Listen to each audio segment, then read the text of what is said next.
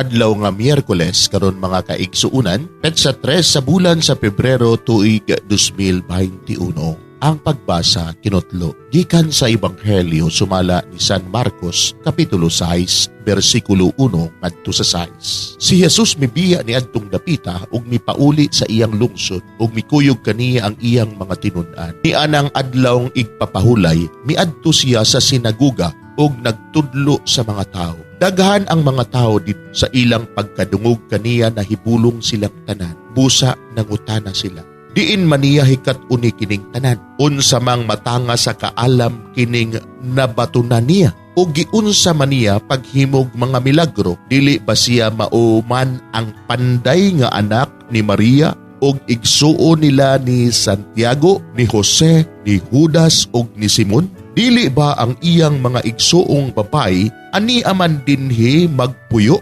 Tungod ni ini wala mutahod kaniya ang mga tao. Og miingon si Jesus kanila, ang propeta gitahod sa tanang dapit gawas lang sa iyang kaugalingong lungsod, mga kadugo og banay.